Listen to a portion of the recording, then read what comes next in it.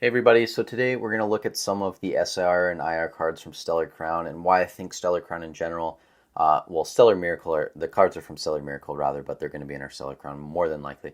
Why I think this set is going to be following suit in the footsteps of a lot of these other Scarlet and Violet sets. So we did get some announcements. This came out June 27th, I believe, courtesy of Poke Beach. We got the SIR Terapagos that came out.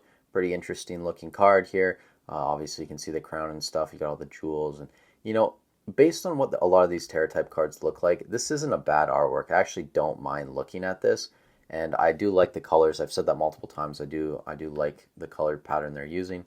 The Hydrapple EX, I'm not really a fan of because I'm not a fan of the Pokemon. If you are a fan of the Pokemon, you're probably gonna like the artwork. It is going to be an SR as well, so that is something to note. We did get the Joltik IR coming out. I believe is this the second IR of Joltik? Someone let me know in the comments down below if we did have another one. But again, pretty cool artwork. And then we do have a couple more up here. We have Crabominable that got a IR card as well. I believe that came out today or yesterday.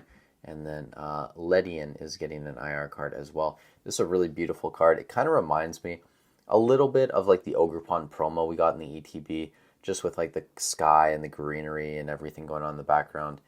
Really beautiful artwork. But again, the problem that a lot of these cards have, like the Ledian, like Crabominable, and then like the Joltik, or even just the Hydrapple and Terapagos, they aren't fan favorite Pokemon, right? So it will be interesting to see how these do long term.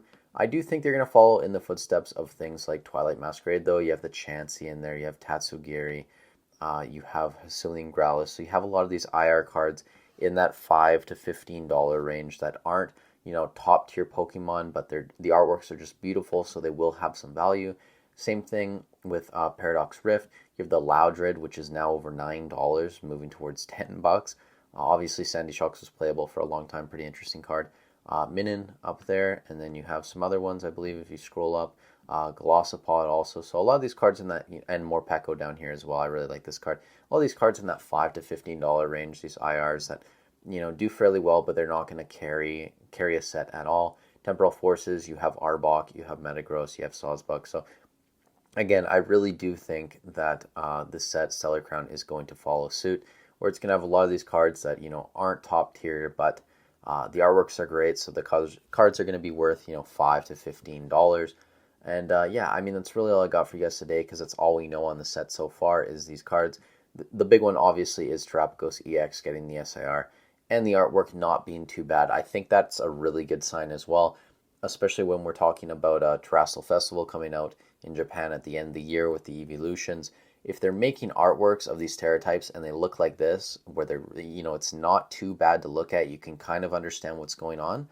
I think we could be cooking with gas with a lot of these sets moving forward, even with the Terra type, which I haven't been a huge fan of. So yeah, that's pretty awesome. In other news as well, Evolving Skies, we did see some sales. I figured I'd just bring this in here.